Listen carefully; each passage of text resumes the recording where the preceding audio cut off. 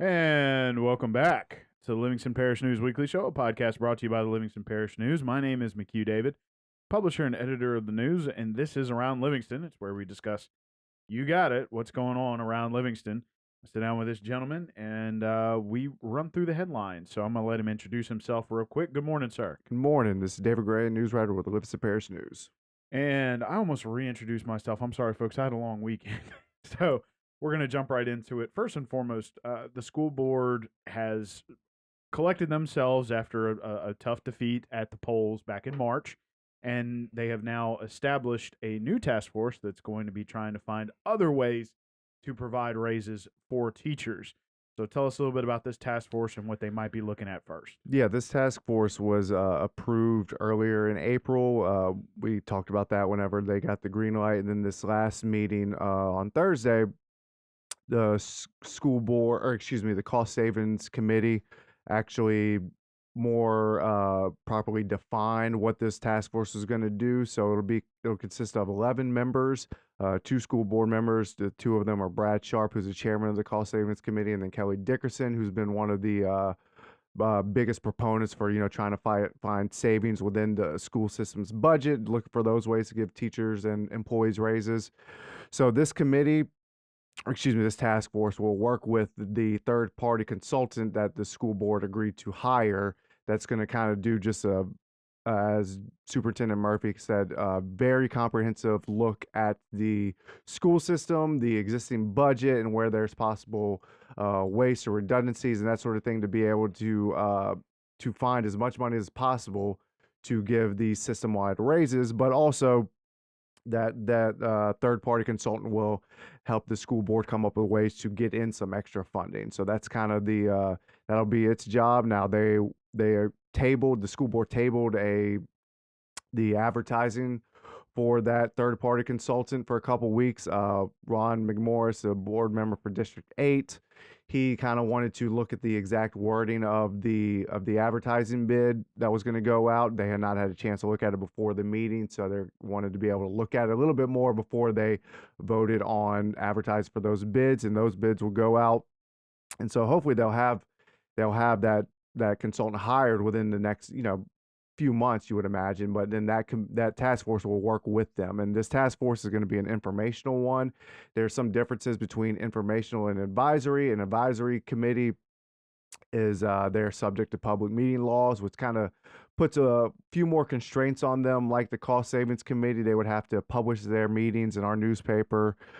They would have to have their minutes written down. They would have to have a quorum in order to be able to meet, at least half their more than half their members to be able to take a vote. We kind of saw that issue with the Livingston Parish Council a few weeks ago when they didn't have enough members for an actual quorum.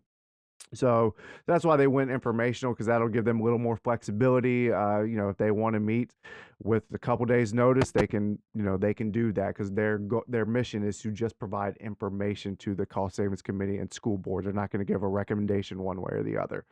So yeah, they're supposed to have their members. The board members will be able to select their own candidates by April 27th, I believe. And then Brad Sharp, who's going to be chairman of the task force, will select from that group. And then you're going to have, teachers represented, principals represented, support staff members, parent representatives, business community representatives. So trying to get all stakeholders in this task force. And like I said, they're limited to 11 members, because you really don't want to go much more than that. Because if you have, as Mr. McMorris said, if you have 60 people in there, you'll never get anything done. So 11, they felt, was a good number to be able to give enough different perspectives but still be able to get work done. So their first meeting is supposed to be no later than May 18th. So yeah, we'll see whenever they meet. I mean, we'll hopefully be there, even though that's when graduations start in earnest that day. So we'll see how that goes. But yeah, so this is just the next step in them trying to find ways for those to give to give employees those salary raises. Going to be interesting to see what kind of ideas they come up with, especially right there in the middle of graduation. Of course, that's a big season for Livingston Parish, obviously, with 9 high schools.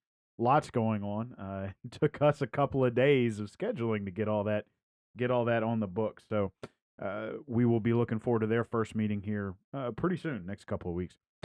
Moving on, City of Walker has finally made a decision about their animal shelter. They've been kind of going back and forth, but I believe they found some money in the budget and they are going to build a new one. So tell us about that. Yeah, this is like you said, the Walker Animal Shelter will be building a new facility. They're hoping to have it open. I mean, if all goes well, you never know, especially with new construction and supply chain issues and all that stuff. You don't know how long it actually takes. But Jamie Etheridge, the chief of operations for the city, said the goal is to have it open by the end of the year. So we'll see. They already have the land purchased. It's off Comar Drive in Walker Industrial Park, off of 190, a little bit north, or excuse me, what direction would that be? East of uh, Highway 447.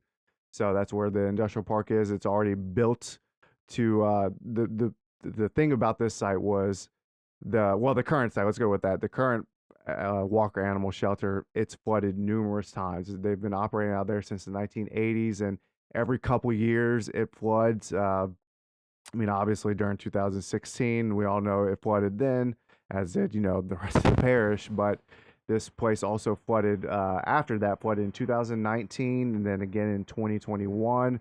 So yeah, it's just every couple years they have to deal with this. They're used to having to evacuate all the animals every few years, Miss Mary Grace said. So this spot is in a location that has not flooded before, and it already has all the mitigating factors taken care of. There's retention pond, that sort of thing. This place was built for that, so they're hoping that they can that was what was good about this spot is they don't have to put any extra money into taking care of the flooding issues and building it higher and that sort of thing. So the land was built, or excuse me, bought a couple years ago for $110,000, I believe, and it's 1 acre. The building should be about 5,000 square feet. They're hoping the first phase went out for bid, and the low bid was about just under $150,000. So that'll take care of the shell of the building, the pouring the concrete, all that stuff, and then the second phase will be sort of the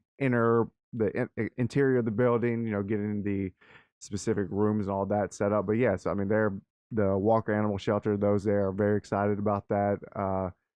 Yeah, and Miss Mary Grace, she took me out there. You could just see how excited she was. She's the director of the shelter, been that for about 10 years now, and you can just see how excited she was to get a facility that they hope they won't have to deal with a flood again over there. If they do, then we're all in trouble. So Right, that would be a lot of area covered with water if it reached all the way over there. Well, of course, there is some drainage issues in the center of the parish, but it's still a very high area yes, over there in the industrial park. So, congratulations to the city of Walker being able to find a new location for their animal shelter.